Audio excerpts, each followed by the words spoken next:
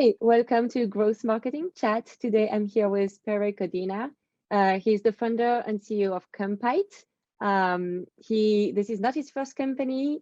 He's a really successful entrepreneur, so I'm really excited to have you here with us today, PERE. Hey, thank you, Caroline, for having me here. Yeah. Okay, so before we start, can you give us a brief overview of your background and your company? Sure. So, as you pointed before, I'm the CEO and co-founder of Kompyte. So we're a software company. We help companies, better enable go-to-market teams with, market or competitive insights, right? So ultimately, what we're good at is, making it for companies more easy to win deals in their competitive landscape, right? The company was founded, 2015 or so in Barcelona, and then was relocated to Austin, Texas, right? We had the period where we were in San Francisco, and then after that, we finally built, everything here in Austin, Texas, right? Prior to that, I founded another company in Barcelona with, one of my co-founders here at Kompyte. And we founded that company right during our time at at the university. We both studied computer science back there in Barcelona. Yeah, so this is kind of like our background. Nice. Awesome. Well, thank you for the background. So because of your company, I'd love to talk to you about competitive analysis. Competitive analysis is a great tool for marketers, but unfortunately, most marketers never have access to it, right? Because unless you have enough scale, most companies can't access good competitive analysis. So yeah, I kind of want to hear your thoughts about why that is. Yeah, I think this is changing, and this is why we are here, right? So you are completely right. Traditionally, competitive analysis or competitive intelligence is something that was more like only enterprise large companies could do that, right? And there is a reason for this. There is a reason that's like it's an activity that's resource intensive. It takes a lot of time to do research in a market, right? There are a lot of data points, a lot of places where you need to go. There is a lot of manual work to do, process all this information, filter noise from signal, and really build something that really is like real actionable insights or valuable, what they call enablement assets, for the team to use and to leverage, right? And it takes a lot of time. It's really a full-time job. It used to be really a full-time job for multiple people within the company, right? All of this was before, before this new category of software emerged when we started, right? So we have this phenomenon that has happened a lot of times before in the past, which is something that used to be only for a few very large companies. Now it's kind of like in a process of like being democratized, right? The more we develop, the more we evolve this technology, the easier and especially the less resource intensive it is for companies to use it, right? So we have companies that are 100 times smaller than the companies that used to do this traditionally. And the reason why this happens is because what our technology enables for is, what it used to be 60, 100 hours of manual research, we bring it down to less than 1 hour per week, right? And you combine this with the fact that markets today are more competitive than ever. There are more players and they are more active, meaning it's even harder than it was before. What happens is no one can continue doing it manually, right? It's no longer something that makes sense. And it also drives a very interesting, let's say, competitive dynamic, which is if you are competing in a space where, all the other companies in this space are using technology, so they know everything you're doing and everything anyone else is doing, and they are quickly adjusting all their pitch, their value proposition, their positioning, their messaging, and you are not doing it, eventually you're going to stop being competitive, right? The good news is it's no longer that complicated, right? So we develop an artificial intelligence, and that's able, it's like a very complex system of machine learning, but what it does is literally it processes all this information, all these updates, from multiple data sources, and it breaks it down and it fully automates, all cleans up all the noise, it curates all the insights, and it fully automates, most of the reporting.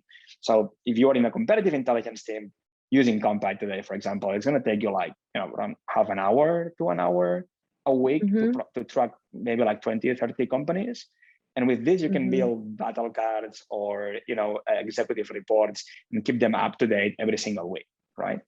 So there is no excuse not to use it. And it's it's completely, I would say, it's not that, extremely expensive, right? It's pretty much affordable for any company right now. Yeah. Awesome. So basically your prognostic is that more and more companies are going to do competitive intelligence, right? Yeah. In the next few years. Yeah, because we are on a mission to make this available for, every company, right? And we believe this is part of the evolution and part of the nature, of technology, right? And it is doable now, right? AI can do it, so why not? Yeah. Okay, so for all the people that have not experienced what competitive intelligence can do for you, can you give us an example of the results you can get from competitive intelligence when you fully leverage it? Sure. It's very easy. Like, what happens is like once, a company starts using software like, to automate the competitive intelligence function, what's going to happen is going to immediately enable their teams to win way more easily in their markets, right? It's going to be easier for them. So they're going to have be able to build better sales battle cards, sales enablement materials, better product roadmaps, and everything is going to work better. And it's going to allow, the strategy team or the corporate strategy team actually detect, more proactively, any, they will be able to capitalize in any market trend in a more faster way. So for example, we have a customer, it's a mid-market company in the software space. And, I'll never forget, what they said. It was like within the first 3 months using Kompyte, we have a very short onboarding period, right? So it's a matter of weeks. So we onboarded them in weeks, and then they started using it. They share these battle cards with the sales reps, right? So that, all these guys would have access to this real-time updated competitive intelligence, summary or, report on their competitors. And these guys start using this in their pitch, in their emails, and within 3 months, they say we have seen an increase in our win rates that's equivalent to $250,000 in 3 months. And it's a mid-market company, right? So this company is just making, within 3 months, was generating a $1 million a year additional revenue. And it is because what happens is these guys start to win more deals, right? So they are in a very competitive space. They have multiple players out there. Things are changing quickly. It's technology space.